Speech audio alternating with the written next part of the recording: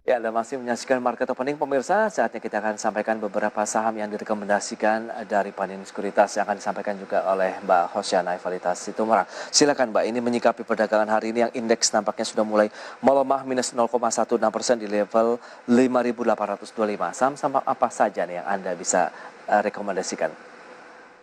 Iya, memang sebenarnya kalau kita lihat di tengah ini ya ISG yang masih melanjutkan pelemahan, memang kecenderungannya ada keraguan ya untuk mau masuk atau milih saham ya. Tapi sebenarnya kita bisa kayak melihatnya adalah kayak momentum yang kemungkinan nih masih akan terus mewarnai pasar itu terkait momentum ini ya, mergernya Gojek dan Tokopedia. Jadi kita bisa lihat saham-saham yang terkait dengan afiliasi ke perusahaan tersebut gitu. Oke. Tadi seperti misalnya kita lihat ada MLPL, MPPA, dan Arto. Walaupun memang kalau kita lihat MLPL dan MPPA itu kecenderungannya ini ya sedang koreksi sell on news gitu. Tapi justru nanti ketika di momen selanjutnya ada berita yang terkait dengan Gojek dan Tokopedia lagi, ini justru yang bisa menjadi momentumnya sih.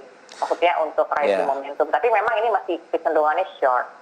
Baik, 272 semakin dalam pelemahan dari MLPL sendiri, 3%-an tadi sempat menyentuh untuk pelemahan MLPL. Anda melihat seberapa besar sih peluang dari penurunan dan akhirnya itu menjadi the best entry-nya nih, kalau mereka yang belum sempat mencicipi cuan pada saat kenaikan kemarin, Mbak Hosyana?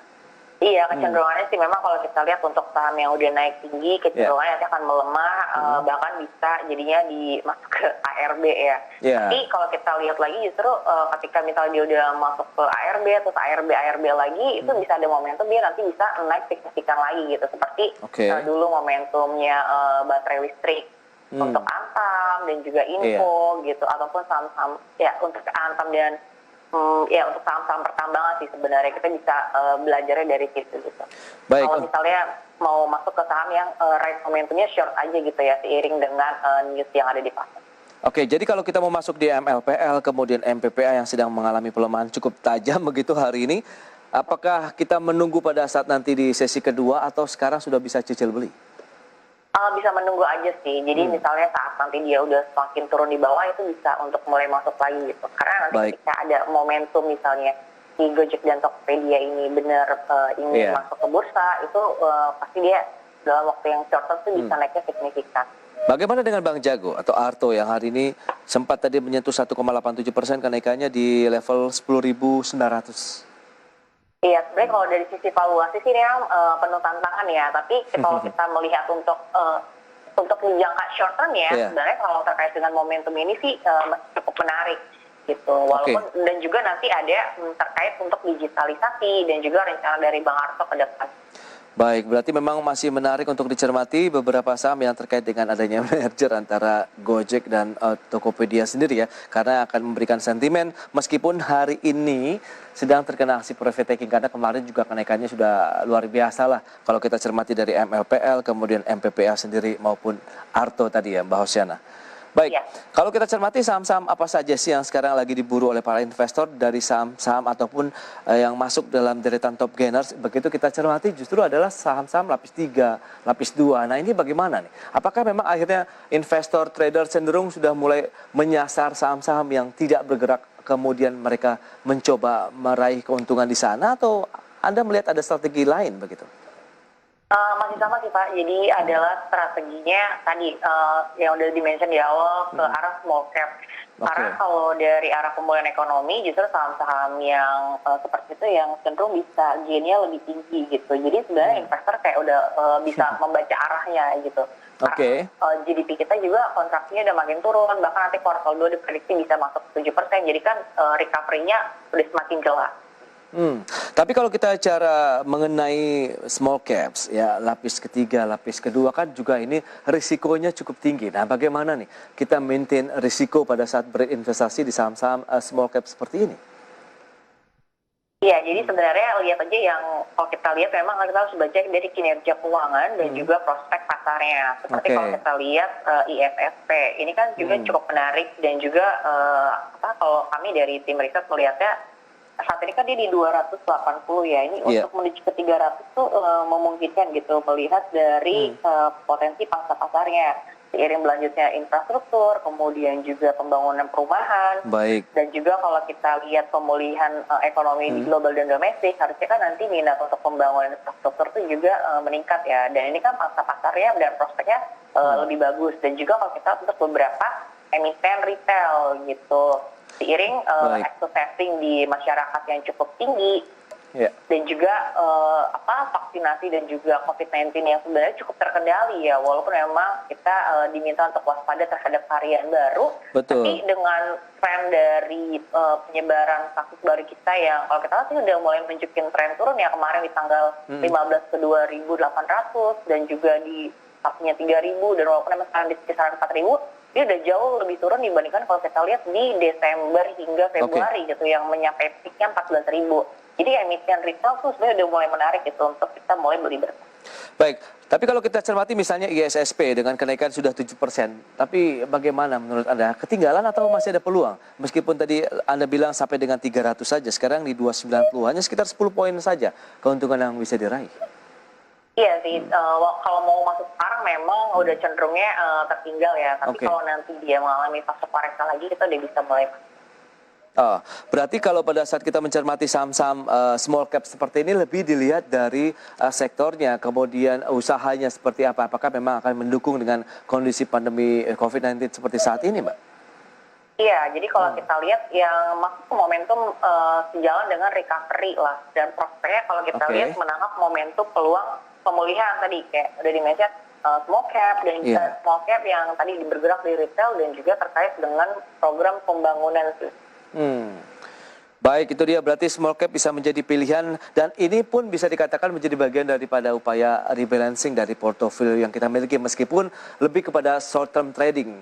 Dan kalau kita cermati short term trading dengan pergerakan dari indeks harga saham gabungan yang sangat fluktuatif, apakah lebih kepada untuk transaksi harian saja, mingguan, atau bisa 1 bulan? Iya, jadi sebenarnya kalau kita melihat kondisi yang ketidakpastian ini, kalau misalnya maksudnya biar lebih tenang, sebenarnya kita bisa ke arah short term. Tapi kalau misalnya, maksudnya ke arah short term adalah masuk di saat untuk saham yang momentumnya memang pas untuk naik, dan kita ketika udah gain, kita bisa langsung lepas. Nah, tapi kalau misalnya kita memang, maksudnya ini ya, lebih untuk yang memilih untuk memang alokasi dananya memang sangat lebih ya, memang kita biarkan aja sih sebenarnya, maksudnya melihat ke tahun depan gitu, karena harusnya tahun depan tuh kinerjanya bisa jauh lebih baik lagi dibandingkan tahun ini. Kalau melihat tahun depan, apakah berarti disarankan kita merealisasikan saja dari portofolio yang kita miliki begitu, dalam artian cash is the king saat ini? Gimana ya, kalau misalnya cash on cash is the king, sebenarnya nggak terlalu bijaksana juga sih Pak, karena kalau kita lihat yang penting tadi alokasi untuk investasinya sih udah rasional dan juga pas gitu. Terus kita mau beli, mau ke saham atau untuk deposito. Jadi itu dia. Nggak terlalu disarankan sih untuk cash. Baik, tapi kalau Anda melihat untuk investasi di pasar modal begitu dengan nilai transaksi pagi ini sudah tercatat 1,2 triliun. Memang sih rata-rata sepi ya dalam beberapa waktu terakhir ini. Ini mengindikasikan apakah memang akhirnya banyak dari investor yang memilih wait and see, sementara yang mungkin dalam posisi nyangkut masih ada kesempatan ataupun mencoba di hold dulu paling tidak melihat kondisi ekonomi akan membaik begitu di di kuartal kedua tahun ini. Iya, jadi kalau kita lihat memang kalau dari nilai transaksi yang seperti ini adalah kecenderungannya investor itu masih wait and see, karena tadi di tengah ketidakpastian dari global, tapi di satu sisi ada momentum pemulihan ekonomi. Jadi kalaupun masuk ya memang masih bertahap. Kemudian memang kalau kita lihat dari trennya sendiri kan memang kalau di pertengahan tahun memang kalau transaksi bursa nggak yang lebih besar dibandingkan dari akhir tahun gitu. Jadi nanti arah peningkatannya masih sama aja, kecenderungannya adalah di nanti akhir kuartal 3 hingga akhir tahun. Menyikapi kondisi seperti ini, adakah juga rebalancing dari portofolio yang kita miliki mungkin beralih ke investasi jenis lain, misalnya reksadana? Apakah itu bisa menjadi bagian dari pilihan saat ini? Bisa aja sih, tapi sebenarnya kalau untuk reksadana kan itu untuk kita mendiversifikasi aja ya, jadi nggak semuanya kita masuk ke saham yang pure di saham aja. Jadi kalau misalnya dari reksadana masih ada diversifikasi. Jadi prinsipnya sih kalau reksadana masih ke arah diversifikasi.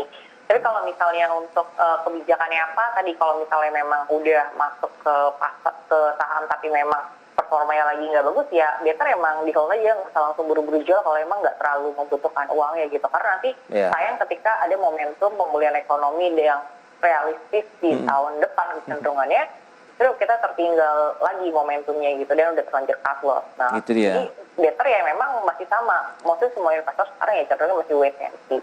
Dan nanti mulai akan ada pergerakan nanti ya cenderungnya memang di kuartal juga.